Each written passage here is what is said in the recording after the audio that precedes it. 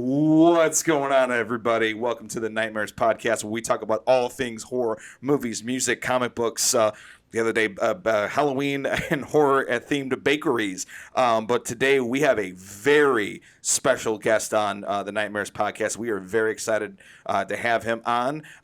And that, of course, is Mr. Nick Benson. Thank you so much for having us on. If you wouldn't be so kind to introduce yourself and what you're all about. Well, it's an absolute pleasure to be here, guys. As you know, my background stems 35 plus years in the business.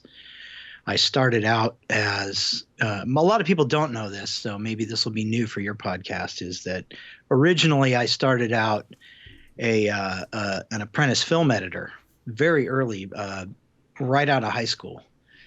I started out as an apprentice film editor, and that was literally cutting celluloid and, working on a Chem 8 plate, which I don't know if you guys know what that is, but that's a pretty old. You load the film on the deck and literally splice it with a razor blade. So Zach would probably know more about that than I would. Yeah, that's how I started out, and then moved on to sound, and then kind of fell into the effects side of it by I played in a band and randomly wound up roommates with Steve Johnson and Kevin Brennan. So that's kind of how I literally fell into effects, because I was trying to do show performance things with my band. So I'd bounce things off of Steve, and eventually he just was like, why don't you just come make Rubber Monsters? So did you originally want to get into editing at all? Well, my whole family's in the business. So my mom was an executive for Universal. My stepfather was an editor. And my uncle was an engineer for NBC. So my whole family was in the business, and I got kind of toured around a lot of places when I was young, and I really got the bug for the industry itself by being around it. Nice. Well, that actually answers half of my question. So yeah. We have a tradition on the Nightmares Podcast. I tend to ask one question, and it kind of explodes into a whole long conversation, which is when did horror enter your life? And then obviously when did that passion for horror get brought into your professional career? Obviously, you just said your family's in the business, you were kind of turned around, but when did horror rear its fantastic and lovely face in your life? Very early. I was definitely addicted to the scary stuff. Being that my mom was with Universal, I got to kind of have carte blanche anytime I went there. So, I'd see, in the old days, they used to have the monsters walking around the park and greeting people. I think they still do that occasionally. But they had them, you were more immersed in that stuff at that time. And I couldn't get enough of the Universal monsters. I couldn't get enough of, I wound up, the older I got into Hammer horror, and I would my mom didn't like me watching that stuff, but I'd, sneak, she'd go to sleep and I'd sneak and watch it anyway. Stupid shit like that. Famous Monsters of Filmland magazine, obviously, that was a huge one for me. And Fangoria. And as time went on, all that stuff was that was a big deal for me. I was always attracted to scary shit. I always loved it. Nice. I love that, man. That's fantastic. And obviously, you're talking to two guys that's already drinking the horror Kool-Aid on that. Yeah. I imagine it kind of just naturally formed, into your career side, because you've always loved the scary stuff. You have a family in the entertainment industry, and you went, well, this just 2 + 2 = 4 just makes sense. Absolutely. One of the things my ex-stepfather, he's my ex-stepfather now, but one of the things I remember really early, as I was probably between 5 and 7 years old, I don't remember exactly, but he used to bring home films to screen on our wall. We had a projector, and he would bring shit home just for the hell of it. But he was the editor on Food of the Gods, and I remember watching that at home before the rest of the world got to see it, and that was one of the coolest things ever. So it was like, I had to figure out how to be a part of that somehow, and that, as I grew up, it translated into like work. Obviously, I started in the business doing different things, but I worked for, as I said, an editor, then a sound studio. But all of my music, all that stuff was always really dark. Like I was really attracted to the dark. I liked writing dark stuff. I still actually do. Um, and just everything and anything dark and creepy and scary, whatever, it's just always a big deal for me. Nice. Who were some of your musical influences when you're growing up that kind of, Oh, geared? I'm sure that's a long list, but I'm just it's a very curious. long list, a very long list. Anything from, some classicals like Bach or Mozart to to even to art. Like even all of the art I'm attracted to is all really kind of dark. Hieronymus Bosch, H.R. Giger. I was always really attracted to everything dark. Edvard Munch, The Scream. They Yeah. of course they one of my personal favorites. Yeah. So and then I'm sure. Yeah. So No, go ahead. so more music was like for my era, it was like I started getting into like punk, and then punk led to the sort of post-punk alternative, Susie and the Banshees, Christian Death, God, there's so many bands. It's such a huge list of really dark toned music. And then, obviously that I was one of the founding members of a band called London After Midnight, and that was a very dark band. But that was the roommate I was with when I wound up roommates with Steve Johnson. So, it was kind of a interesting thing to have Steve just say, hey, why don't you come make Rubber Monsters? And I kind of left the rest of it behind me. and the rest is history, as they say. And obviously, Yeah. Zach and I I have a very eclectic, amount of music, but Zach and I are obviously massive metal fans. So I'm sure Ozzy had something to do with it. Black Sabbath, Slayer, Absolutely, all the classics. Black Sabbath.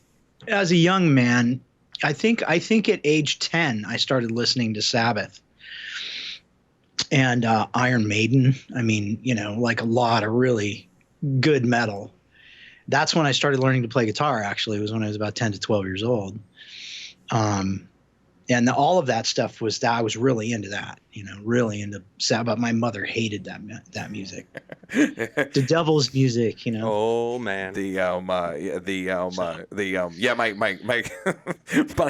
nana, my dad, and my aunt Debbie loved Led Zeppelin, and my nana used to be like, it sounds like Chinese music. All they sound Right. about.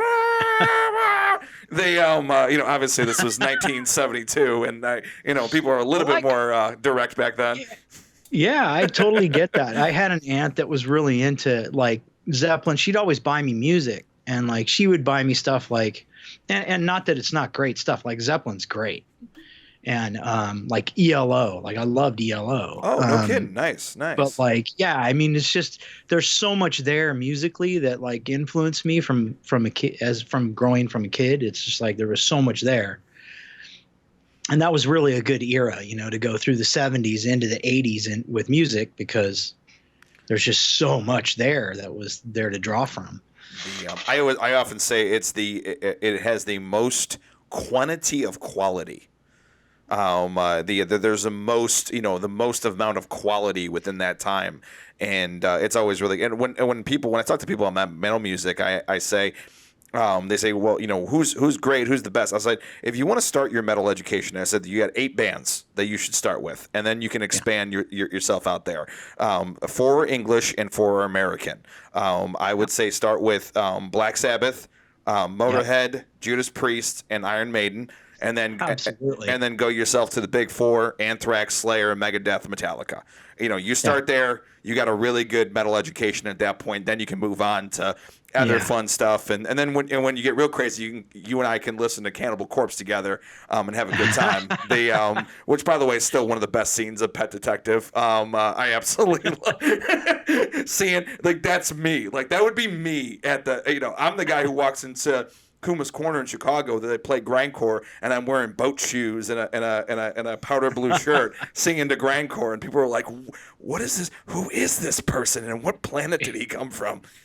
Keep them guessing. Absolutely, man. Absolutely. I love that though. I love that you had such an eclectic, upbringing with arts. It's interesting too that you brought Ozzy up, because the other day I actually posted on my fan page. I posted a video that just got released by Ozzy, and I'm still so inspired and blown away by that man, because he has been to hell and back, and he at 70. What is he? 77 now? Yep. 75, 77 years old, something like that. And he's still putting music out. And I don't know if you guys have seen Ordinary Man, but I'll be goddamned if that video doesn't bring you to tears. It's pretty incredible. Like, the stuff he's doing today is still just as great as it was when he was a young man. Yeah, his last album was honestly amazing. You could tell it's like him like realizing he's coming to the end and everything, and it's just like, man, exactly.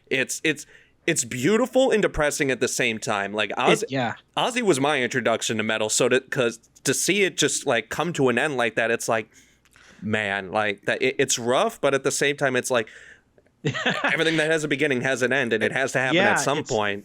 It is, and that's why like that music video for Ordinary Man just like brings me to tears, because it's all about mortality. Yeah, yeah, and it's heavy, but it's such cool. Like, his lyrics are cool. They're very, very all about what the world is today, and very like in your face. So he's, while he is the king of darkness, it's like, it's pretty punk rock that he's still trying to slap the world in the face and tell him to wake up, Even in the darkest moments, you could find light. Yeah. I think that's actually one of my favorite parts about horror. And I think that's one of the biggest misinterpretations. Not all horror, but a lot of it is it's not about the personification of evil; it's the triumph over it. Not in all cases, but in a lot of them. And I think that's always been my argument about horror. I love it that Ozzy got to say that, because I know that Lemmy didn't. And that's, I think that's immediately what I said, thought to myself. I'm like, you know what? Lemmy didn't get a shot to say everything he needed to say before he checked out.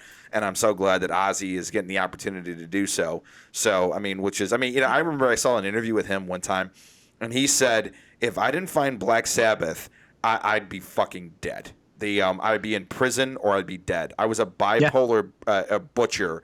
And then I probably would have ended up as a serial killer or a criminal, and I probably would be dead. But Black Sabbath saved me. And then saved me again. From myself. Later on. So absolutely, there's just always something so powerful with Ozzy, man. He always has something, just something about him. It's just this aura. And it's always fun going past the personality of Ozzy and the legend of Ozzy and getting to the real Ozzy, which is fucking awesome. Yeah, absolutely. And it was cool, because that reminded me of a funny story. I have a funny story about that. I was a very young man when Blizzard of Oz first came out, and I remember just saving my pennies and doing all this yard work. And I remember my dad taking me to the fucking music store to buy it. And we get back, and like our weekends were spent like hanging out by the pool or whatever. My dad was really cool. He's like, "Hey, why don't you put on that new album you got?" And I'm like, "I don't think you'd like it very much." And he's like, "Oh, come on. I'm not a stiff old man. I can handle it." And I put it on, and like 2 songs later, he was like, "Okay, I've had enough." I'm good. That happened. The same thing happened to me, except it was my dad and Rammstein. There you go. He's like, what Right the on. fuck? Though, but I love it too. My grandfather's 100% German, and he still speaks German. So I was like, what the fuck are they saying? And especially like some of like the You real want to like. play him some really scary stuff. Play him Leibach. Oh, absolutely, dude. And I remember I played. Oh my god, yeah. And then the funniest thing though is all their dirty songs that are in German, and watching my grandfather like look at me and either like laugh or give me like a little. And Zach knows my grandfather. He's a very like joking guy. He's a very like funny guy. And he, and I remember he just I think he heard it and he went, Nice. That's awesome. I can't remember what song it was, but it was like one of their dirty songs, and he was like very nice. Listening to Do Hust and Friar Fry was fucking dope to listen to that. Great. But everybody heard noise, just German angry noise. Which is great. I know Zach, I'm sure, has like a bunch of memories of having, like, listening to metal albums as he was growing up as well. And really getting into that. I just did that shit alone, so nobody bothered me. I'm nice and simple. I was kind of the same way because I had little sisters and stuff, but I'd shut myself in my room, and I was one of those kids that, like, I was into like big stereo equipment, so I'd save my pennies and buy like big. And I figured out how to wire like 4 to 6 speakers in my bedroom, and my mother would just be like, "I know you shut your door, but this is way too fucking loud." Back when shit was made well. Yeah. Just back then. So I remember. Here's another funny story. Go ahead. I remember doing the same thing when I first got introduced to punk. I was introduced to a band called the Plasmatics. You know who Wendy O. Williams is? Yeah, I know the Plasmatics. Yeah. So I had this. I borrowed this Plasmatics vinyl from a friend of mine, and I brought it home, and I'm just blaring it in my room, and my mom is like, "What the hell is that? Let me see that." She grabs the album cover and looks at it, and it just sees Wendy on the cover with the tape over her breasts, and she's like, "What in the get rid of this?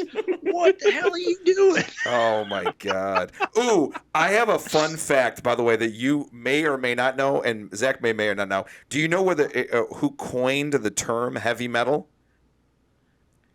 It was a reviewer who went to go see Black Sabbath and said, This is not music. I don't know what this sounds like, just heavy metal dropping on the ground. It's just noise." And literally he has no idea that he coined the term heavy fucking metal. That's awesome. That idiot should have copywritten that. I know, right? He'd probably be a billionaire at this point. It's fucking dope. I love metal. I love music. All right. So Nick, I got to talk to you about just something real quick.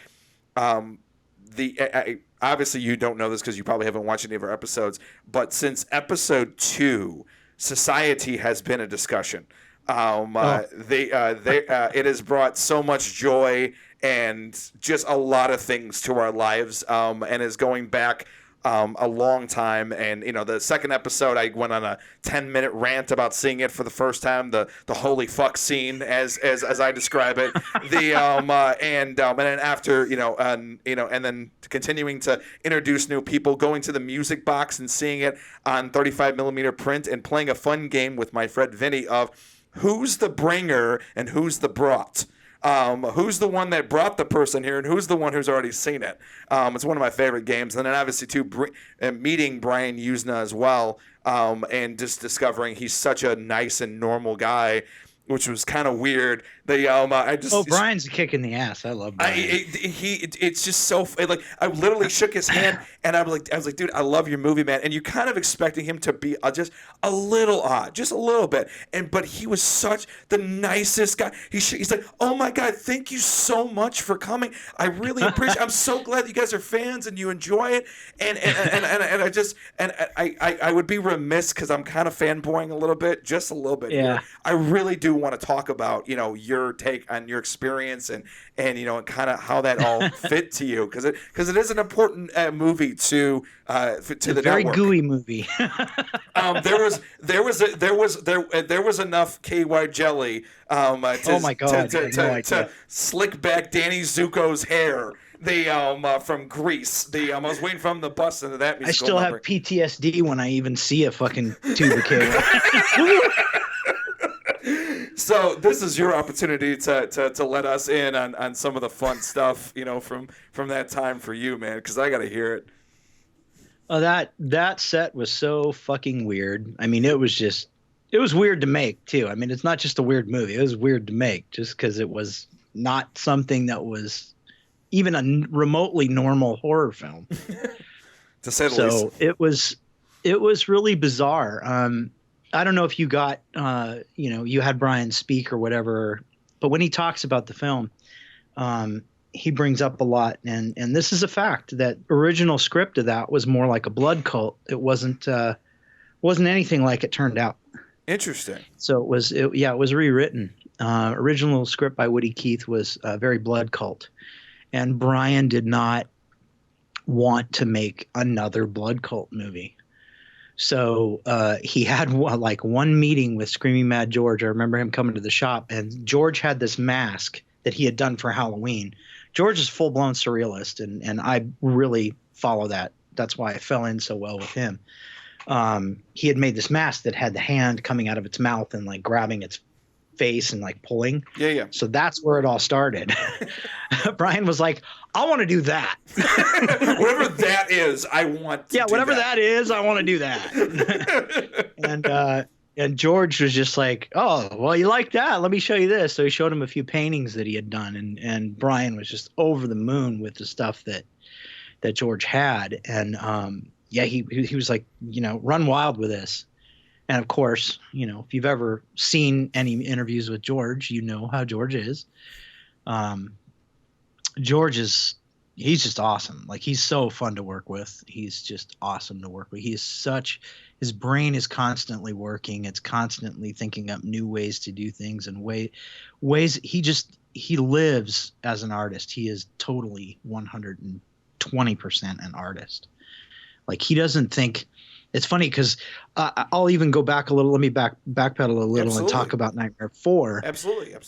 Because on Nightmare 4, when I was working with George, like, even Mick Strawn had like communication issues with George, because George it's not just the language barrier because he's Japanese, but the other side of it was that George talks like an artist.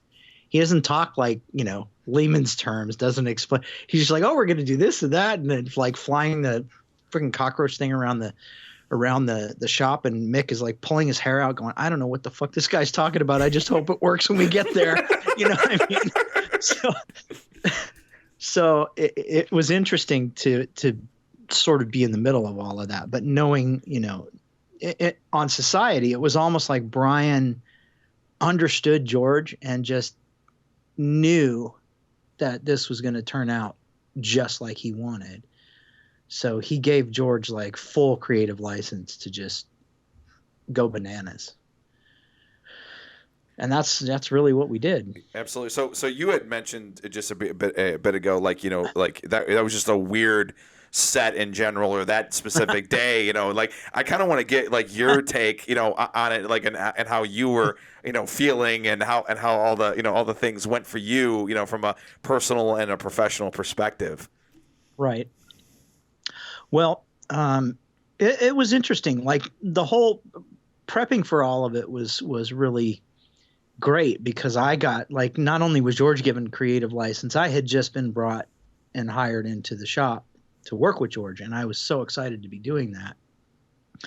And I had, I had just enough experience that I think George felt comfortable just handing me things in the project, and I hadn't been given that before. I had, been very specific what I was given at Steve's shop at XFX, and this is what you're going to do. This is what you're going to paint. This is how I want it done. And then George gives me, initially he gave me the Butthead, but I had to pass that off to Dave. David Grasso wound up doing that.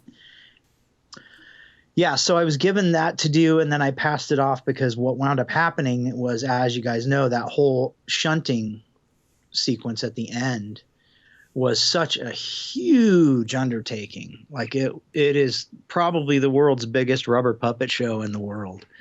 To say the least. So all of that had to be sculpted, and we had built this pipe structure around another like plywood structure that was to represent the couch that they're all sitting on. So we had done all that to scale, and George starts sculpting that entire thing, all connected. Because what we did was we built the whole thing, sculpted the whole thing, and then cut it apart and molded each piece individually so that we could then put it back together on set later on. Nice. So what I wound up doing was the first thing after I passed off Butthead to Dave Grosso was George wanted me to follow him, and like he would block out a sculpture and I would drop in some detail and sort of keep following him. And okay. It was like we kept circling back and circling back and circling until it was done. And then I cut apart each section and I would take and mold them. Additionally, he then gave me the inside out body to do, and Ferguson's, stretchy face. Like he wanted me to do Ferguson's makeup and then the subsequent inside out body. So I did both of those too. But yeah, it was a lot of work, man. But it was fun putting all that together. And then, but once we're on set, like that was a whole different experience. Like the cast and crew were all like a blast to be around, all super cool. I do remember when Devin got on set, though, there was some animosity amongst, I think from Billy, because she got a lot of attention. She was a playmate. So, of course, she had crew guys bringing in her issue. I mean, oh, will you sign this for me? So she got a lot of attention. And there was some, I don't know, there was some weird vibe between the two of them. But other than that, I don't remember anybody being, less than professional or less than cool. And everybody was great to work with. There's just so many people involved in that mess. But yeah, we did like everything from Jenny being kind of twisted in the shower. Like I remember shooting that, and she was such a cool gal. And but it was, it was weird. It was kind of a weird vibe. That wasn't stuff that, the sexual connotations, and then like also the political overtone of all of it was kind of, weird. And that's why I don't think it was really well received in the States, because, obviously the wealthy didn't like being portrayed as, as bottom feeders. So, yeah, so it's just being around that, and then having to just dive in and do it. Like, I'll give you for instance, Please. George, when we did the inside out body, when we turned Ferguson inside out, yep. He's like a fucking genius when it comes to putting this stuff together and how to do it. But when it came to actually implementing it, he was like, well, we're going to put some worms and some slugs and some things on it. And he's like, but I don't want to be anywhere near that stuff. That's where he drew the line. So I was like, well, wait a minute. You're here. Why? He's like, just go do it. I'm like, okay, done. So I had to go handle all the goopy fucking worms and all the shit on it. That's why it moves around in there after we pull him inside out, and threw a bunch of blood and goo and then threw the worms and the slugs and all of that shit in there. He just wouldn't go anywhere near it. Hey, he was like, fuck that. I don't want anything. I told you how to do it. I just don't want to touch it. The master of all things perverse, and he doesn't like the bugs. Right. He did not like those things at all. Oh, man, everybody has their thing. Everybody has their thing that they're not, comfortable with. And from what I heard too, it sounds like that, when you're talking about having a weird vibe, I think you kind of all knew that you're, this is a cliche, but like kind of breaking ground and doing something very different that has kind of not been done before. I think that was a big part of it. It wasn't like anything that had been done. It wasn't, so it was really kind of bizarre territory, especially with the shunting. People are like, wow, this is really, what the hell's going on here? But they stepped up, man. The cast, like, they really, like, they got into their parts. Like, you get the Connie that played Nan, like, she was really, it's funny because she's such a sweet lady, but like at the same time, she won't get into character. She was really creepy. And the same thing with the judge. The judge, like, I sculpted the judge too, and He was fantastic. And he's such a good actor and character, and that's such a crazy thing. By the way, I have to ask: is the story of the sign true? That Brian Usna put a sign on the door said, "Ye who enter here, abandon all hope," or something like that. Yes. I wanted to make sure. I wanted to fact check and see if that sign actually did in fact exist. Yeah. Brian also had his kids on set at times. I don't remember if they were on set for some of the gnarlier stuff, but I can't remember because I was underneath the couch when the whole shunting sequence was shot. I was underneath that. So you seem to be underneath a lot of effects. You always end up underneath like a mechanic. I know. I can't fucking get away from the goo. It's like the Blob, the same thing, and like, oh God, I don't know what it is. So how much KY jelly was it? Do you actually know the numbers? There's a lot more than just KY involved in that. Okay. There's a lot of Methicel, a lot of Ultra Slime, and KY. So it's a lot of just goop. And Methicel is like it's a food thickener that's kind of clear. Like if you've ever had apple pie and you get that apple filler. Yeah. That's made out of Methicel, really. So Methicel is used a lot. We even used it on the Slipknot video I did with Steve Johnson. Nice. So, that stuff was everywhere, all over everything, and it's kind of funny because that was in the Blob too. A lot of that shit in the Blob too, and by the time I'm driving home, I'm covered in it. I look like I've been in a fucking bukkake film or something. I hope he didn't get pulled over that night and have to explain what the fuck is going on. How you doing? So I'm sure you're wondering what happened here. It's best that you just give me the ticket and move on. So no more apple pie for Mark ever. So now that we kind of transitioned over, obviously. So I want to just ask you too. Did you, before you walked on that set, did you already have watched the original Blob, and did you have a sense of this? Absolutely. Or did you? Okay, I want to see. No, interestingly enough, like the Blob, I actually had reservations about that film because I was like, oh God, we're remaking the Blob, really? Like, okay, it's cool, it's kind of kitschy, it's fucking strawberry jam, whatever. I wasn't thrilled about it initially, but as I talked to some of the effects artists that were friends of mine that were already working on it in the Creature Shop, they were very good about like describing sequences to me, and I didn't wind up in the Creature Shop. I wound up on set at DreamQuest working for a guy named Mike Fink, but it was great because initially they were like, oh, we need these kind of people and these kind of people. So there was a whole range of things they were hiring for up there. And when I sat down with Mike, he was like, well, shit, you have enough experience in effects to like, I can kind of lean on you for everything. I can have you as a puppeteer. I can have you as, as like helping us set shots up, this and that. And like, I kind of did a bunch of different things while I was there, but that was kind of my role. But, that as once I got a script, I was like, oh man, this is like really a believable version of this thing. Like I thought, oh, it's, the 50s one was kind of campy and silly and I liked it, but I wasn't like a super fan or anything. Whereas, getting onto Nightmare, like I already knew the franchise and I was like a big fan of Freddy. So it was a little bit different. So it was kind of like I had reservations about getting on the Blob. But once I read the script, I was pretty excited about it.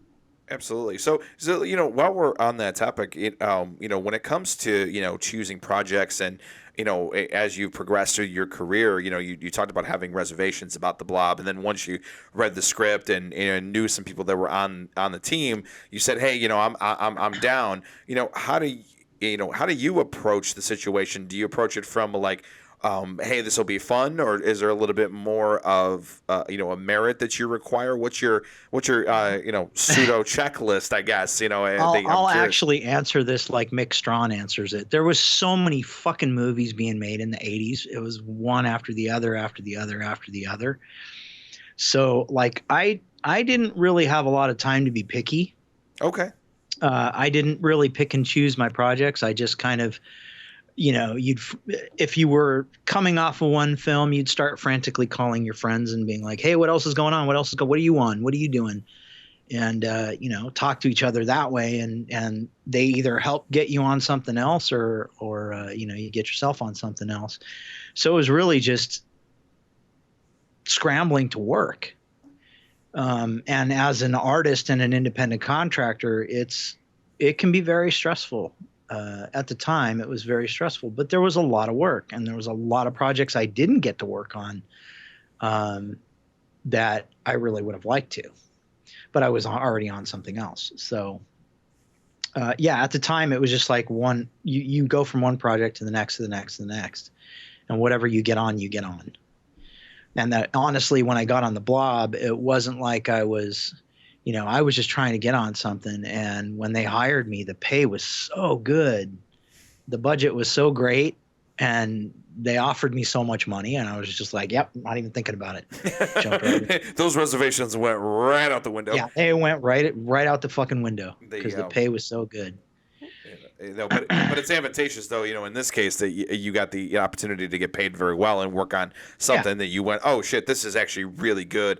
And you're not just rehashing the original fucking Blob. You're actually gonna say something different, and then, and not just, be like, well, let's go and see what Steve McQueen is up to, and see if we can, Jerry rig him into this. It was really about like saying something different and really, and really having, again, just saying something different, having something to say, having something to add to the lexicon. And knowing Chuck Russell was involved in it was sort of a thing where it was a comfort level there, because obviously at the time he was a pretty big director. Sure. And not an easy man to work for, though. But, like, he had a reputation, and already done Nightmare 3. So yeah, I was like, well, this could be pretty good, And I'm willing to deal with the bullshit, for the time being. Well, it was like, Chuck Russell's directing it. Okay, you have my interest. And now I'm going up there to interview, and then they offer me the pay, and I'm like, I'm in. Yeah. Sometimes it's that simple. Yeah, I'm in. Absolutely. You had mentioned something earlier, and you kind of sparked my curiosity. I'm sure Zach will back me up here. What is something that you missed out on? Because you're working on something else that you really would have liked to. Pumpkinhead. Pumpkinhead was one of them. Oh. I really wish that I had gotten to work on Pumpkinhead. I had an opportunity, but I'd already gotten hired on something else by the time I got the call back. So that was a lost opportunity. I'm trying to think of some others. I know there's other ones. I think I want to say Leatherface was another one, but I was already doing other stuff with, like, I was already on, like, I think 2 other projects with K&B at the time. So, like, it's funny because K&B would, like, go and work for those guys was like, they'd have 7 fucking things going at once. Oh, yeah. Yeah, they had so many projects at one time, and it was just like, like, I have a funny story about that too. But like, we were working on Tales from the Dark Side, and I want to say Gross Anatomy at the same time. I don't remember if they were like totally exactly the same time, but they were staggered. And then like the Leatherface project, Mick was involved in, but Greg Nicotero was kind of heading that team up. Nice. And then I remember being there late one night. I think I was finishing something either for, I can't remember if it was a mold for Tales or if it was something for Gross Anatomy. I can't remember which, but I was stuck there late, and then Nicotero was working on this rig to cut off somebody's head. And he wanted to test it. So he's like, hey, can you give me a hand with this? So I helped him do it, and I just got covered in fucking blood. Nice. And luckily I had a very short drive home, so I didn't think anything of it. But I actually got pulled over by the police, and my car searched and all kinds of stuff. Did you call? Like, no, I'm an effects guy, really. Really? Get out of the car. This was probably Los Angeles in the late 1980s, so things were a little crazy at that time. They yeah, just a little bit. They so did you end up calling Nick to tell him about that, or tell him about you got pulled over after that effect? Mick knows the story. I don't think I've ever gotten an opportunity to tell Greg about it. It was just something funny that happened, and well, when it happened, I was scared shitless, of course, because I'm like, oh, these guys think I'm a fucking murderer. But I mean, in make believe I am, but like not in real life. Yeah, but after the fact, it was kind of like, Kevin Reeder, the guy I was working with at the time, I was roommates with him at the time. We lived up in the Chatsworth Hills, and it was literally 2 miles from where K&B was. So I told him when I got back, and got cleaned up and everything. He was just laughing his ass off at me. That's awesome. I know Zach is one of the biggest Nightmare fans around. Or definitely up there. With Friday the 13th and the classics. I'm sure he has a few questions. Regarding Nightmare. That he'd love to know. And chat about. What was your experience working on the movie? I guess that's a good place to start. It was great, actually. That was one of my favorite films to work on. All of them were like, people say, do you really have a favorite? No, not really, but yes, I do. I usually default to Nightmare just because everybody involved in that film, on 4, actually, I don't know if you're aware of this, but there was a writer's strike during that. So like the cast was actually developing their own dialogue. Really? That movie, like, technically, film-wise, Dream Warriors is a better technical film, but I'm more partial to 4 because really that film was crew made. Like the whole crew really made that happen because we had a writer's strike, we had actors kind of doing their own thing, and Rennie was given everybody really creative license to do whatever. Like, it was really pretty cool to work on, and budget wasn't terrible. It wasn't great, but it wasn't terrible. And it was really, like, for me personally, it was like, fuck, I get to work on a Freddy film. This is amazing. Because I, was already a developed franchise, and I was already a fan. So working on a Freddy film for me was a big deal. And I got to be a part of 2 sequences in it. I got to be a part of Freddy's death with Steve, and then also worked on the cockroach transformation with George. Ooh, yeah, that's awesome. That's awesome. Yeah, so, James brought in one of the puppets used for the end sequence when Freddy dies. I believe it was the shoulder piece. Yeah, that's the one I puppeteered. Yep. It's something interesting you just brought up about being a fan. What's it like, working on these sets, but also at the same time being a horror fan? Because it's something that we talk about a lot. Actually, because we're filmmakers as well, but we're also fans of the genre and fans of all these different movies and things that we grew up with. So it's kind of an interesting experience being kind of a fanboy or geek out on horror while also participating in creating horror at the same time. So I'm curious about what your experience is like being a fan while also working as well. Well, doing it at that time, it's kind of like that old adage that, what do they say? They say if you do something you love, you never work a day in your life. Yep. And that was really how I felt at the time. Like, I felt there was nothing, like, I'm making rubber monsters, I'm dousing things in blood, I'm doing all these kills, and creating all of this mayhem, and I'm getting paid to do it. So how can you really beat that? And I that's why, really, like, even with my band, I just kind of turned my back on my band, because it was, the industry required, as you guys know, if you're filmmakers, it requires 16, 18, 22 hours a day to make something. And sometimes you're really in the trenches for a long ass time, but you're pushing for that perfection, and you're working towards the absolute best you can give. So, honestly, artistically, for me, it was fun. It was fucking messy at times, but to say the least. Yeah, I mean, look at some of that stuff. It's great to still, honestly, I didn't even think 35 years later that any of this stuff would even be remembered, but I'm so stoked that it is. And I'm so stoked that I can go back and look at this stuff now. I actually got asked to speak at my son. My son just started UNLV. He's in a film class there. They asked me to come speak because he told them that I worked on the Blob, and they're just huge Tremors and Blob fans. So I'm going to be speaking to their film class. Dude, that's awesome. That's fantastic.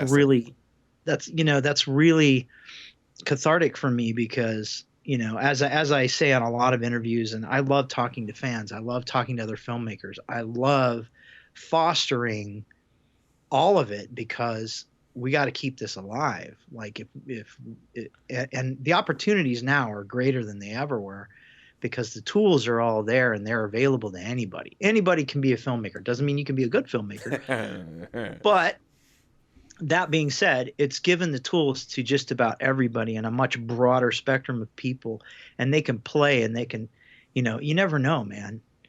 We have so much more opportunity now with streaming and everything that, like, it's hard. It's a hard business to be in, and it's hard to make it. But I am very happy, and I love to push people to do that. If that's what you love, fucking do it. You know what I mean? I mean, just do it. I absolutely love that. The Chris Walken once said, "If you want to build the house, go build the fucking house. You'll figure it out eventually." Yeah. Exactly. And something I wanted to add to, because I sound like a broken record in comparison to the other podcasts, but it's so much too is the horror community, which in my opinion is the most welcoming, accepting. And by the way, it's not just the fan to fan; it's the professionals and the stars to the fans they go off to beers afterwards and everything else after they're done with the cons. Yes. And it's truly amazing to do. I mean, my girlfriend's an artist. She came along to one of the cons and she pulled me aside at the end of the day because she was planning on going to do cons herself, and she said, not only am I amazed at how nice people are, but how willing they are to help. And just say, hey, this is how I did it. You go to this con, and hey, let me get you the phone number of this person who helped me out. And I can't name another community, that does that. I can't. I really can't. Right. And I'm sure your experience has been similar, if not the same. Absolutely. I actually get told a lot. God, you're so nice and you're so helpful, and I get told that a lot. And that's, I do that because I don't think I'm better than anybody else. I happen to be in film at a really great time to be making those films. And I, literally fell into it myself. So I felt very fortunate that I did. I didn't get into that because of my mother or my connections in the business. That's not how I got into it. I literally fell the fuck into it. I happened to be roommates with a fucking effects god. So like I got lucky. And if I can help people in that way, like I've met people at cons. I'm like, follow me on Instagram if you have any questions, and they literally will email me a question. I've even had it where people are nervous to do that, and I'll have a friend email me the question, and I answer it, and they're like, "Oh my God, I can't believe you answered it." Well, of course, I'm not going to tell you something I'm not going to do. So, for me, it's fostering that art, and that's what continues the art. Yeah. Like I'm a fucking old man. I'm not going to be here forever. I'm a grandfather now. Maybe I've got 30 years left in me. I hope I have more than that, but you just never know. And like fostering those relationships and helping those people along and pushing people to do it, and don't be afraid of it. Just go do it. That keeps this stuff going. And there's bad stuff and there's good stuff. But, let's face it, as a horror fans, at least for me, there's a whole lot of really bad films that I love because they're bad and silly. They're so bad they're great. Yeah.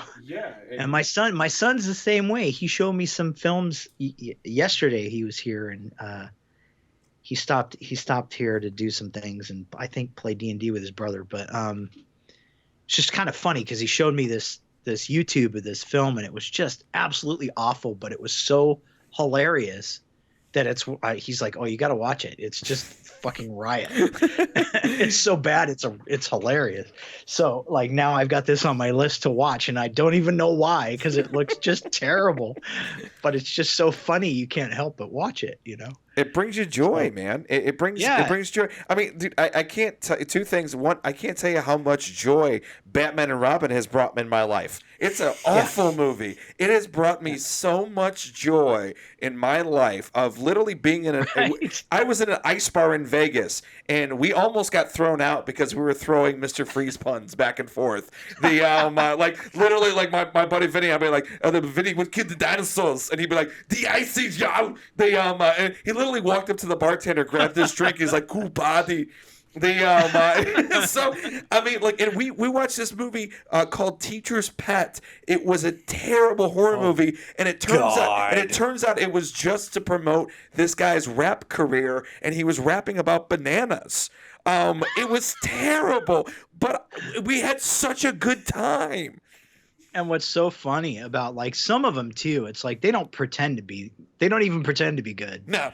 But that's the best part about it, is they're not even trying to be good. They're just terrible. Oh my God. But it's great that all that stuff is out there, and like now it's so much more accessible because of streaming. You know, like it in the 80s that stuff wouldn't have been accessible at all. And it just would have never gone anywhere.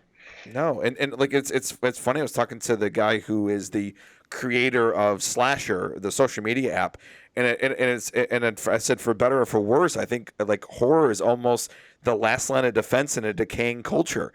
We're the ones who are trying to have longevity of the art form, and it's crazy to think. I love it. I love the challenge. They but they seem to be the people in that community seem to be the only ones interested in bringing more people into the community and being more inclusive and being more involved. And it's a really powerful and really cool thing to be a part of.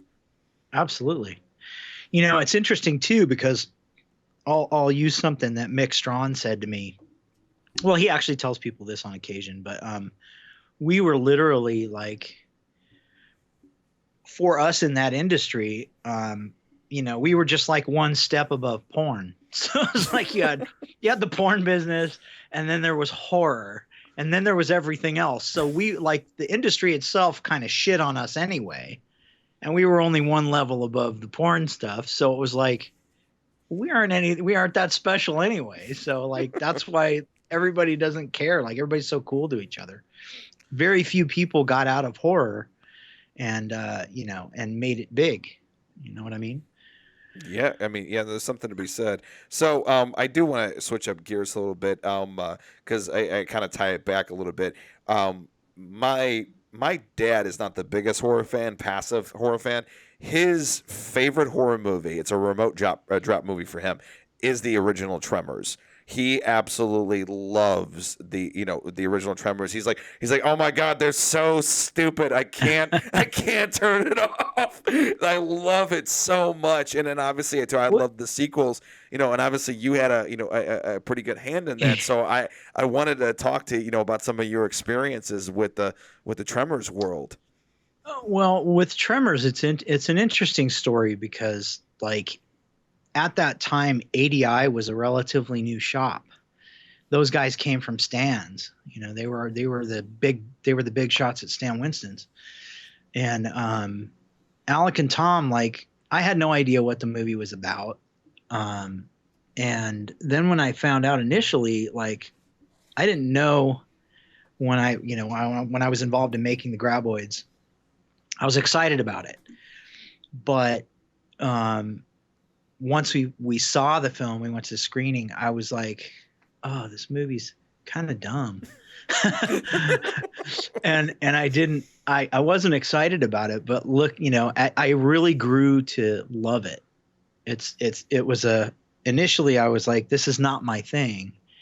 But as I grew older, I appreciated it more and more. And today I absolutely love the original Tremors. And because of a couple of things. One, you're looking at a film that was a completely original monster movie made in the 80s, the very late 80s, but nonetheless. And it was pretty family friendly. Like, yeah, there's some kills in it, but it's nothing that, it's something that scares the shit out of kids, but it's not to the point where you can't take your kids to it.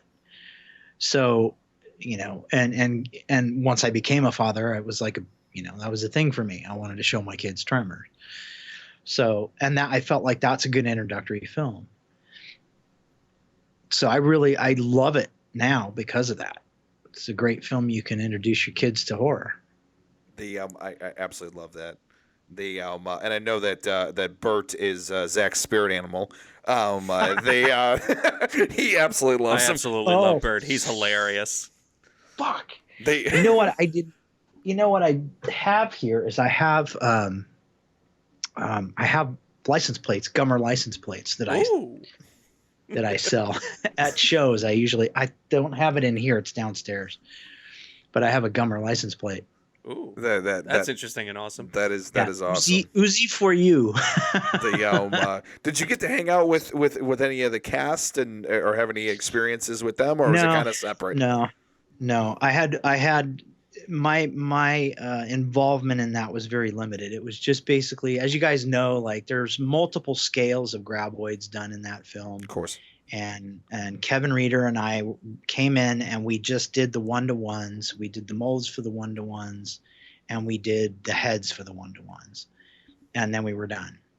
Oh, okay. Nice. I have a question. I noticed on your IMDb you have credits for Abyss. What was your role on that movie? Just a lackey. Okay. Shop kick around. I don't know. Okay. No, I was on that film with Steve. Just generally like more like a lab tech. Just because that film, there was so much being done at Steve's shop at the time, because Steve's the one guy that taught me, hey, there's nothing you can't do. Just have them throw more money at it. That's one way of doing it. And that was one of those films where, okay, we have to figure out how the fuck we're going to do this, because while the creatures themselves were, great, like design wise, and like we knew how to do the animatronics, we knew how to make them. The key was putting them in water and having them work. Ooh, water. So Steve got this giant 500-gallon acrylic tank put in the middle of the shop. And I don't know, it's funny because if you go look, there's actually a video clip of Steve at the very end of it, taking that creature and like throwing it on the ground. And it's on YouTube. You guys will have to look it up. Absolutely. That's how he felt about it at the end of the film. But Cameron is a tough guy to work for, number one, and it was a big deal for Steve to be involved with it. And it was like, that's an amazing film, and the effects that were done in it are fucking incredible.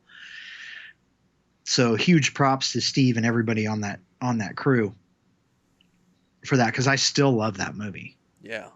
And having been even the tiny part of it that I was, even being just a shop kick around, it's pretty proud thing to be part of that, But I remember like we had issues with dropping that thing in the tank and it turning yellow. Ooh. Like we couldn't find a material. It would turn colors, and it's like you think it's going to be clear and it's going to be fine. You drop it in the tank, it changes color. You're like, fuck, burn this thing. That's where Steve was. He was just like, and we finally got it where, we found the right materials and it worked, and worked well. Nick, we never learned from Jaws, man. We're like, we can work with water. It'll work fine for us. It wasn't a complete disaster for Steven Spielberg, but it'll be. Yeah, the shark is not working. The great white again. the great white turd, as they called it. Man, the behind the scenes story of that movie is almost better than the fucking movie itself, and that is saying something. because I love Absolutely. that movie, and it's crazy. So, and actually on that vein, are there any like really really interesting stories that strike to you that like where maybe things went wrong, or funny stories on set, or anything that you that Well, that, I do have an interesting Abyss story. So that Ooh. was another one I was kind of bouncing around between George's shop and Steve's shop. And we had a miniature. It's funny because I think it was probably about 4 or 5 years ago now. I ran into Michael Biehn at a convention. No kidding. And I'm fairly friendly with his wife. His wife's actually really cool, Jen. But I hadn't seen Michael in 30 something years until that point. I think it was Days of the Dead Las Vegas that I was at with him. And I went over to see him, and I'm like, because we had this miniature when Michael dies in the film, you see the pod going down and it just cracks and breaks. Well, we had the pod in George's shop, and there's this little miniature Michael inside of it. And he was just a little puppet, so we puppeteer it. But I went over to Michael's table, and I'm like, yeah, sorry for killing you, man. Sorry for killing you. So you participated in the almighty tradition of killing Michael Biehn. Yeah, killing Michael Biehn. But man, he is one of the coolest actors I've ever worked with. And like, I love talking to him today because like the guy is really a good actor. Like, I don't think, even though they had him on Mandalorian, I still don't think they've ever given him big enough roles. The guy is fucking amazing. His role as Coffee in Abyss, like alone, that character arc that he takes from being just a really hardcore military guy to the fucking insanity that ensues within his head and the paranoia, and translating that into something that's believable. I was just so blown away by his performance in that film. And like, it's just really cool. But like, so the story I was getting at was when that ship comes out of the water at the end, the big spires. Mm-hmm. So the funny story is George sculpted that ship. That ship was in the middle of George's shop, and it's probably, I don't know, 10, 12 feet wide. But the spires were on it. And I think, I can't remember who suggested it, but somebody suggested that George put his mark on it somewhere. So on the back of one of the spires, I swear to God, there's a photo of it floating around somewhere. I need to get a hold of that. On the back side of one of the spires is this stack of skulls. It's a stack of skulls, and it's just something really surreal that everything's melting into each other. And it's just a Screaming Mad George did like a Screaming Mad George piece on the back of one of those spires. If I could have chopped that fucking thing off and taken it home, you bet your ass I would have. That actually would have been awesome. That would have been dope. The and by the way, I'm right there with you with Michael Biehn not getting the credit he's dude. Just being the guy in so many different things, and also too is stepping up to the plate in Alien 2 after the other guy got arrested for the heroin bust and everything else, and then like literally like right before at the last possible second stepping in and kicking so much ass and kind of just being the odd man out because they had known the whole original crew knew each other for so long, and he kind of just got thrown in at the last minute. And he's never. I've always loved his work. But I mean, like at the time, he got some decent roles. Like Abyss was a decent role for him, but I swear to God, they just took him out of it so fast because I still don't know why. Because he should have gone a lot further in his career than he did, because he's an incredible actor. The last thing I saw him in was a video game, funny enough, Far Cry 3 Blood Dragon. It's just essentially this homage to 80s action films, and it's just complete balls to the walls first-person shooter that is hilarious and awesome, and he does an amazing performance in it. You actually play as him in it. You're just going nuts. It's absolutely awesome. If you play games, I do recommend checking it out. That's fantastic, man. When it's kind of cool to hear that he's a really nice guy as well. I mean, that's always a nice bonus into the mix, which is really cool. I kind of wanted to take a step back for just a moment and and talk about like one of your earliest, and I apologize if we already covered it, but what was one of your earliest endeavors into FX? On a maybe independent stage or a professional stage. What was some of your first endeavors into the art form? As far as projects. Doing effects, or as far as actual viable film? As in doing effects, the in any capacity. Just different performances on stage with my band. Okay.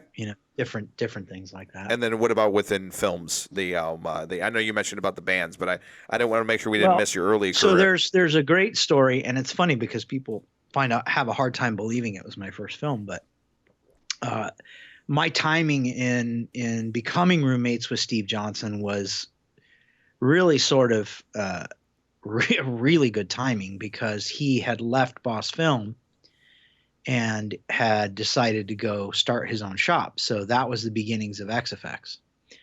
He was sharing shop space with Todd Masters. I don't know if you guys know who Todd is, but sharing shop space with Todd Masters. And asked me to come and work on Night of the Demons.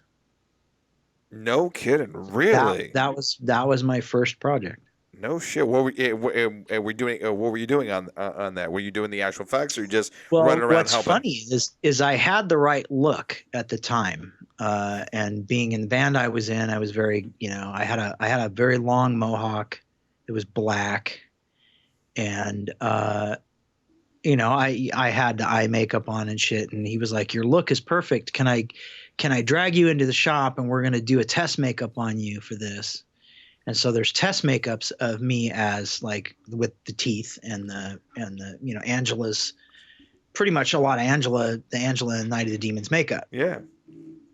I still have a proof sheet of that whole set of photos, but yeah, so they did a test makeup on me, and he was like, "Well, why don't you come and make Rubber Monsters?" And so that was one of the first tasks I was given, was to make those teeth. That's fantastic, man. That's really fucking cool, actually. Like that's awesome, man.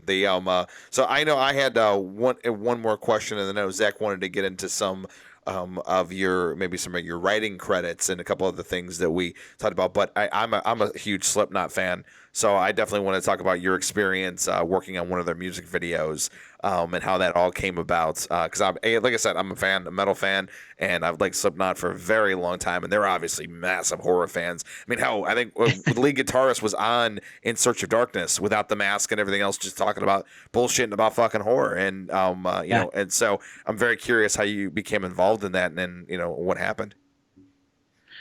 Well, as far as Slipknot goes, that was really pretty cool. As you know, I was roommates with Steve Johnson, and he brought me into all of this shit. And I'm living out here in Vegas, and I get this phone call from Steve after, gosh, I don't know, 30 some years. I had seen him I'd seen him at Monster Palooza, said, "Hey," had drinks, whatever, just kind of casually. But then I get this phone call in 2019 from Steve, and he's like, "Hey, I'm going to be shooting this music video up there. I'm starting to do some of these, these concepts for these things for this music video for Slipknot. Do you know who Slipknot is?" I was like, "Yep, I know who Slipknot is." Say less, sir. So yeah, so he's like, "Oh, let me put he's like, because since you're out there, you probably know a lot about production out there and stages and blah blah blah blah blah." So he's like, "I'm going to put the producer in touch with you." So basically, that was kind of my, getting a phone call from Steve after 30 some years, and him saying, "Well, I definitely want you on this. I want you to help me make sure this stuff looks right. If you have effects people out there that we can bring to set, please get them together." So I was pretty much charged with hiring all the effects team for here, and then on top of that, helping find a location and different things for the shoot. So yeah, that was kind of how that happened. It was just in 2019, Steve called me, and we were reunited to do that project. And what a fucking cool project. It was, I can't remember, it was 16 or 18-hour shoot, and like everything went off really well. I had one girl that freaked out inside the pod that we slipped her into, but that, like, one girl out of 15, I hired 15 dancers, and one girl, usually it's way more than that. Because people don't realize that they're claustrophobic until you put them in that situation. So it was pretty, I felt we were pretty lucky. And she felt horrible. I felt so sorry for her. She was like, I can't believe it. I'm so upset. I'm just like, don't worry about it. You didn't ruin anything. We got other people here. We just stick somebody else in the pod and it's done. Just go rest, chill out. Everything's good. Nice. How was the band? What was it like? Those guys are fucking awesome to work with. I'm so glad to hear that. They are just fucking awesome. I mean, it's funny because Sean's kind of the, he was the leader of that entire group at the time, and he was directing that video. Okay. Because I don't know if you guys know Nero Forte as a video. But have you seen, like, there's an expanded version of it called Pollution. It's really a short film. It's like 20 minutes long. I've not seen that. That was Sean's vision. Nice. Like, he made a 20-minute short film. So go find that Pollution and watch it, because it's from start to finish. It is fucking art. And what I loved about that was Steve wasn't up here yet, and those guys were coming up, and he couldn't get here until like really late. I think on the Friday night or something. He was getting here really late on the night before, and he's like, "They're going to be there. We got to have a pre-production meeting." And then Nick Neary, the producer, called me, and he's like, "We're going to be at the stage at this time," and he's like, "I need you there because Clown's going to tell us all, kind of talk to us about what we need to do and how he wants to do things and stuff like that." And I'm like, okay, I get it. So I wind up going to this thing, and he's talking like, because it's great because Sean Crahan he's another one that's like an artist. He's an artist. He's constantly thinking about visuals, and he's talking, and like, I'm looking at the faces of these people around, and I'm going, what the fuck? Nobody's getting what he's saying. So like, he's talking about doing the set this way. He's like, I just really want everything kind of white, and I want to kind of utilize the lights and do this with the lights and that with the lights. And I can see this blank look on everybody's face. And I'm like, so you want to paint everything with light? And he was like, exactly. That's what I want to fucking do, is paint everything with light. And that is because everyone's just kind of staring at him. And I'm like, oh, all right. He needs to hear that somebody gets it. So that was just kind of a funny thing in the pre-production meeting. But yeah, he's amazing to work with. Corey's hilarious. Corey's great. Jim Root, like, all those guys, they're super nice, super fucking nice guys. And it was interesting to work with them at that point because, like, I didn't really, like, my daughter loves Slipknot. And I had first of all, I had no idea. And I told her, hey, I'm going to be working on this music video. And she's like, oh yeah, what are you doing? And I told her, and she lost her fucking shit. So of course I had to get her a shirt, of course, but naturally, it would have been more fun to take her on set, but wasn't able to do that at the time. But yeah, those guys are really, really great to work with. I felt like that entire crew, everybody that I brought in a bunch of people that worked for Tom Devlin. Tom would have probably worked on it as well, but he was injured at the time. But he was on set with us, making sure that stuff happened, because Steve and I would take these girls onto set, and, Tom was kind of monitoring what was happening in the makeup room. But everybody I brought onto that project, like, boom, we were on it. Everything happened like it was supposed to happen. There wasn't any, like, real issues. It was probably one of the smoothest productions I've ever done.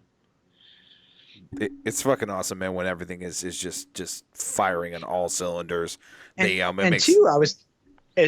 was kind of funny. Like, we waited until, I think we had to wait until January of 2020 for it to actually come out. Because they had finished the video. Warner Brothers wasn't ready to release it until late part of January 2020. And then, of course, 2020, that pandemic hit.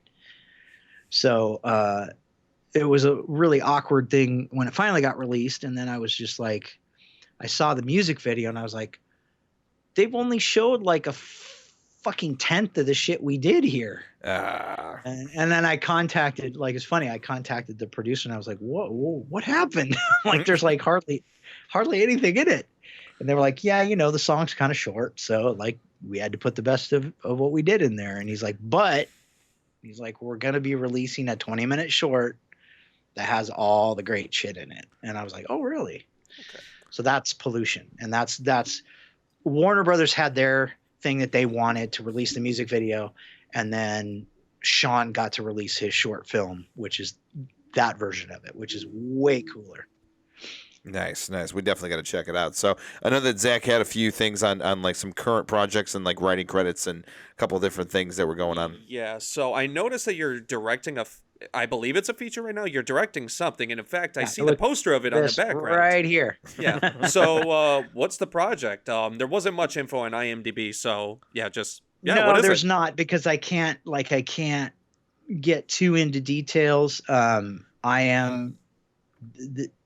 My co-producer is Lynn Lowry, which I'm sure you know who that is. Mm-hmm. It's based on an original script by David Durston. It started there. I didn't really write it. I gave it to my writer that wrote Campfire, and that's John Lohman. But I did develop the story with him. So while I didn't physically write it, I still had a lot of input. And the greatest thing about that script is you guys know who Mick Strawn is, right? Yeah. Yes, I actually met him at the New Jersey Horror Con back in 2019. Really cool guy. Okay. Yeah. So I love Mick because in between his production design gigs, like, he actually filtered scripts for Paramount. And a couple other companies too. I think New Line had him doing a bunch of stuff, and like he would go through scripts and read them and see if they were any good, and he would pretty much pitch the shitty ones and keep the good ones.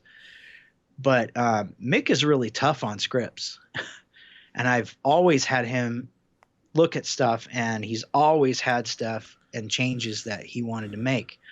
But when I gave him the final version of Phobia, he read it and he was like, I think the phone conversation was something like this: damn, this is really dark.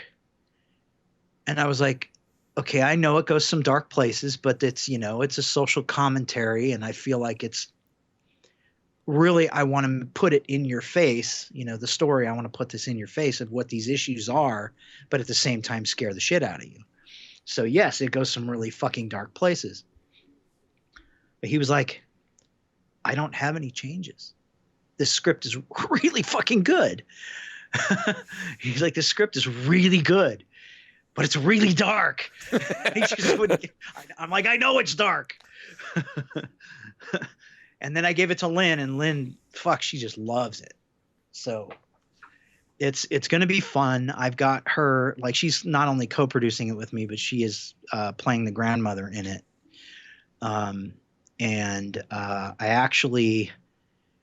I'm trying to, I haven't heard back from her yet. I don't know if I can say this, but I'm trying to get Toy Newkirk in to co-produce it with me. Very nice. Very cool. She really wanted, I talked to her about it. I gave her the synopsis of the story, and she's like, and this was actually at Chicago where I was with you guys. I talked to Toy at length about it there. So yeah, she was super excited to read it. I haven't heard back from her yet. And then another gal that wanted to be involved in it was Carmela McNeil, and I gave her the script recently too. So I'm hoping that they'll be very interested in being a part of it. There's another nice young lady that she's a teen actress. I spoke with her and her mother because it was very important to me that there's some really dark stuff that happens in this movie. And this gal, Lexi Graves, very good little actress. She's really, really talented girl. but I was super concerned because she's under 18, and I'm like, I don't know if the subject matters. There's some pretty gnarly things that happen in this film, and I'm like, let me talk to your parents about this before we go any further. You know what I mean? Because I'm like, I just don't know. There's some pretty dark stuff that happens, and I want to make sure they're good with it. So she might be involved in the film, but there's a lot happening with it, and I'm pretty excited about it. I had another one I was really super focused on called Campfire. That's an anthology, but I don't know if you guys, have tried shopping funding recently for any films, but it's not easy right now. A little difficult right now. Terrible time to try and get money from people. I had 3 investors just before Russia invaded Ukraine at the beginning of the year, and they subsequently jumped ship. So I've had a hard time getting anyone involved since because the economy is so up and down. But I do have somebody interested in Phobia, so I got to get the rest of that together and get these people together and on board, and hopefully we can make this film before the end of this year. That's awesome. The I think you kind of answered a little bit, but how does it feel to get into the captain's chair, and kind of run the ship and have everything, because you've worked on a lot of different sets, but being the captain's a little different. So I was curious how you. Well, I'll tell you why. I'll tell you why I decided to do that. A big part of it is I did a tour during the pandemic. I was on the road quite a bit with Lynn Lowry, and we had a lot of discussions about this project in particular. And she had sort of had a few false starts with getting something done with her idea. And she's such a wonderful lady. And I think she's been burned a lot. And I kind of had the discussion with her, and I'm like, well, I'd really be interested in doing it, but how would you feel if I directed it? She's like, I would love if you directed it. And sort of, it's interesting because as the year went on and I started to develop the script and I started to get everything in place, I caught up with her at Houston Horror Film Festival this last, a couple months ago. And I had dinner with her, and we were talking about it, and she said, I'm just shocked that you still want me involved in this. And I'm like, she's like, I mean, outside of being an actress, because at first she was hesitant to like co-produce it and was like just sort of giving me control. And I'm like, no, Lynn, this is your idea. You brought this to me. Yeah. So like I told her at dinner, I'm like, I will not do this film without you. And I think it really I think I almost made her cry because like she was so used to people just taking something and running with it and not involving her to the level she should be. But she's got a lot of insight and she's got a lot of knowledge and she's done a lot of films. So I want her involved in that creative process, and I want her involved in producing it, and I won't do it without her. And I think she's been told that a lot, but never given that. But I wouldn't do the film without her. So that's she's a vital part of it. Of course. Of course, and we've certainly dealt with our troublesome issues and burning of bridges and being screwed over and several other things. And dear friends of mine have had the same experiences as well, completely separate from us. So I can certainly understand that. So what have been some of your big surprises being in the captain's chair? And what are some ones that that you're like, I think I was expecting that. Well, with regards to this project, I had a whole lot of nerves. I'm not so nervous to direct as I am to make the story told how I want it told, without presenting the wrong image. You know what I mean? Sure. Because it's so dark, and I can't say too much because there are things that happen in it that like I want to be a surprise, because this is, let me back up a little bit. When I started to develop the story with John, it was originally going to be developed with John and a guy named Eric Christopher Myers, who I absolutely loved, and he was an amazing writer, but he took his own life at the end of I want to say 2021. Sorry to hear that. I'm sorry to hear that, man. My Yeah, condolences so having Eric involved was a big deal, and I had Eric develop the initial story, and then we were going to polish it. But when Eric passed, I had to start from scratch because, there's a lot of things that go into that with him developing part of the story. So I had to go another direction. And that was that was like falling off a cliff and then trying to climb back up, and it was hard because not only did I lose my friend, but at the same time, it was like, how do I honor him and then still tell the story the way I want it told? So it was really challenging to get it back on course. And, it's like, I know what I want to do and I know how I want to tell the story. But when I started talking to John about taking the idea and rebuilding it, I wanted him to look at what Eric had done, and say, I want this impact, but we can't tell this story. We have to tell a new one. So what I told John was, I said, at the end of this is what I want. I want people to walk out of the theater with that look on their face like, what the fuck just happened? I want them thinking about it, and I want it to bug them for days. And that's what I got from Eric initially. The story that I got from him initially, he did a synopsis for me. He didn't write the entire script out, but we did enough of it where I felt like, and he kept getting me to kept asking me to read it, and I'm like, okay, I'm going to read it, and then I'll get back to you as soon as I'm done reading it. Well, I didn't get back to him for like 5 days after I read it.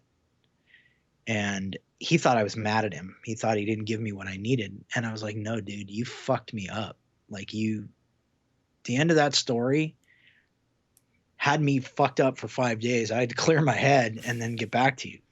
Jesus. You gave me everything I wanted. I'm like, you gave me everything I wanted, every bit of it. So that's kind of where we had to restart. And I wanted that same impact, because that's what I want. I want the audience to leave and be like, oh my God. And then really think about it and think about how it translates to today and things happening in the world today. While still people saying, oh my God, that was one of the coolest horror movies I've seen. Cause it's dark and it goes dark places, but it's pretty cool. that sounds cool. Amazing. I'm awesome. Pretty excited, and it sucks because I can't. Like, I want to share all of it with you guys, but I can't. No. You got. We'll see it at some point. Yeah, we'll see it. Don't worry. I'm looking forward to this project now. When it comes out, we'll be going to see it. Super stoked. There's a lot of death in it. There's a lot of really awful things that happen, and that's not necessarily a good thing, but it's all pertinent to the story. It's all a very important part of the story. So saying that, it's kind of like, God, what was that Korean film that came out? Parasite? Yes. Parasite. Very similar kind of walking away from it with that. That's sort of what it's like. I'll say it's probably a little darker than that one. Wow. Nice. That's a dark film. And that has a good impact, but that's very similar lines of the storytelling. Fair enough. I just go a little deeper earlier on. I'm gonna have a little bit more of a dig and everything else. So So Zach, real quick, do you have any other questions before I get to the question of the podcast? No, that'll be everything. Thank you very much. So Nick, we have a tradition here. We wrap up our podcast with a question of the podcast that I do not plan in advance. I literally just make it up as we go on. And I think that it relates directly to what we were just talking about you kind of already said an answer, but I kind of want to hear if you have a different one.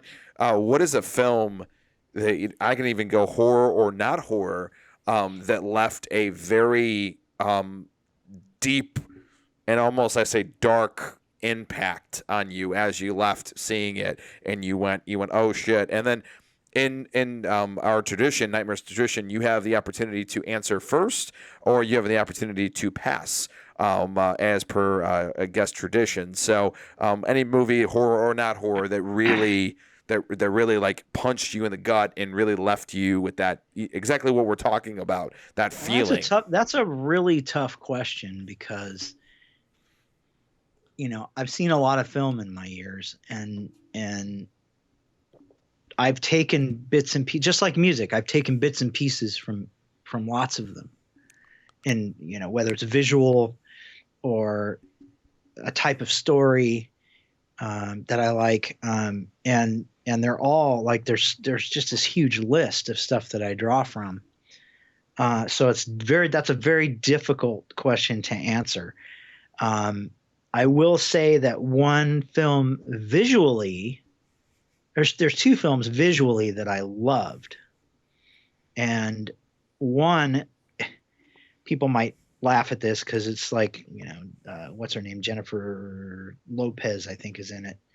I didn't think that the story per se was the greatest, but the movie The Cell, visually, I was awestruck by everything that happened in that dream world. I thought that the visuals in that were incredible. And another one visually and story-wise that I really, really liked was 13 Ghosts. Yeah, that's a really good one. That's a really fucking good one. I thought that was a very underrated film at its time and did not get the attention that it should have.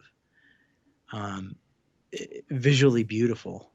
No, story-wise, it was great. I thought those both had, those two films were really, really good, and probably a big influence on.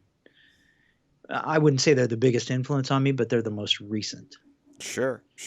I think for me though, the one film that made me feel dirty afterwards, like soul crushingly dirty, was Sicario. Society. No, well, I mean that too, but that's in a different freak out way. But like, that movie just makes me feel like I need a shower. Yeah, constantly. Just to get rid of the KY jelly. But the one movie that made me just feel so of the dirt and grime of the world was Sicario. I remember leaving that, and I'm like, I feel so fucking dirty. Like I just feel so the grime and disgustingness of governments and gangs and human depravity, and also too the willingness to accept those things. And not only that, it's a necessity for functioning governments to accept that behavior. I felt like Emily Blunt at the end of the movie. That's how I felt. I felt exactly the way that she felt. And I also know a lot about that. I have friends, that work for Border Patrol and have dealt with MS-13 and those gangs and I know the stories, and I just felt exactly like Emily Blunt at the end of it, just dirty and hating everyone, just hating our government, Mexico's government, our federal agencies, the cartel. I hated everyone. I just felt dirty. That's the beauty of storytelling. If you're a good storyteller and your audience leaves feeling like they're part of that, that's huge, man. And that's what I'm trying to do with Phobia. I want to, and Phobia, if I can back up a little bit. Sure. That kind of story coming from you and coming from, I can't tell you how many fans I've talked to. That the reason I started doing this again and wanting to produce and direct was all of my fans that I've talked to about, and the horror community in general, just people like you. You guys have all inspired me to go out and push harder to get these done, because these are the things that like are important to these people. They're like, this is what horror is lacking. I feel like horror is lacking this. They're doing lots of effects and they're doing lots of gore, and it's more for shock. There's really no story arc. I don't feel involved. I feel like I'm watching it and it's cool. There's a lot of kills, but they don't feel like they're in the story. And to me, that's what I want. I want to draw that audience in and have them be part of that story and feel, even at the end, if the end is shitty, I'm sorry, audience, but you're going to feel shitty at the end of this. You know what I mean? We're going to have an emotional impact. That's what you want. As a storyteller, that's important to me. And that was one of the biggest things for me that I was nervous about in talking about directing this, was making sure that story's told the right way, and that audience leaves feeling exactly the right way that I want it. I want them to. And that's the biggest challenge for me. Yeah, absolutely. That's the true artist right there. So Zach, what was one of yours that had that deep emotional impact? So for me, it wasn't really a movie. It was more a game, actually. So it's a game called Soma, a first-person survival horror game. And essentially, the whole point of the story is to make you understand that realistically, when you're dead, you're dead. There's no possible way for like body transferring, mind transferring, right, soul none of that shit exists. It's, you really only have one life, and you need to live it to the best of your ability, because otherwise it's nothing. There's literally just nothing. And it was like, it's something I've always kind of known, but this game just really hit hard for me. And I was just like, that makes sense. Shit. Yeah, that's a heavy message. Yeah. It's a heavy message. It's a damn good, criminally underrated game, by the way. Like, one of my top 5 favorite stories of all time. And anybody who plays video games, especially if you're a survival horror fan, I fully recommend the game Soma. It's such a good experience. And it's not a hard game either. You can easily get through the game.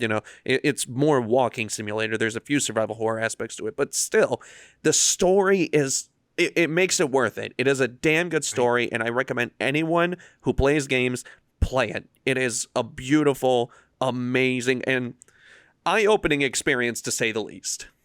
Yeah, sounds awesome. That's fucking awesome. But that being said, I also couldn't recommend Nick Benson more, who's been a tremendous guest on. That was a rough transition, but I'm gonna do it anyway. Who was a fantastic guest. I loved your stories, man. Thank you so much. This is your opportunity to look directly into your camera and let the good people know all about your social medias, what you're working on, where they can find you, keep up to date with you, all that great stuff. Yeah, I keep it pretty simple. I'm only on 2 platforms, only on Instagram and Facebook. So Facebook.com/Nick J. Benson Official. And on Instagram, it's at Nick Benson 427. And pretty much anything and everything that I can keep updated, I try to do that. And if you have any questions you want to throw at me, you're welcome to do so. You can message me directly on both those platforms. That is awesome. Thank you so much, Nick. And then, of course, if you are fans of horror, you can go ahead and check out the Nightmares podcast. Thank you so much for stopping by. You can, if you are watching this on YouTube, if you'd be so awesome to stab that like button, smash that subscribe, and click that little dingy bell to be notified every time we drop amazing content. We are on all platforms when it comes to podcasts. It can find Spotify, Anchor, all that great stuff. And we are now on video on Spotify, which is fucking fantastic. And, of course, you can check us out on all social medias: Facebook, YouTube, Instagram, TikTok, and Slasher. The social media for all things horror. Nick, thank you so much for being on. We'll see you next time on the Nightmares podcast. Bye, guys. Take care.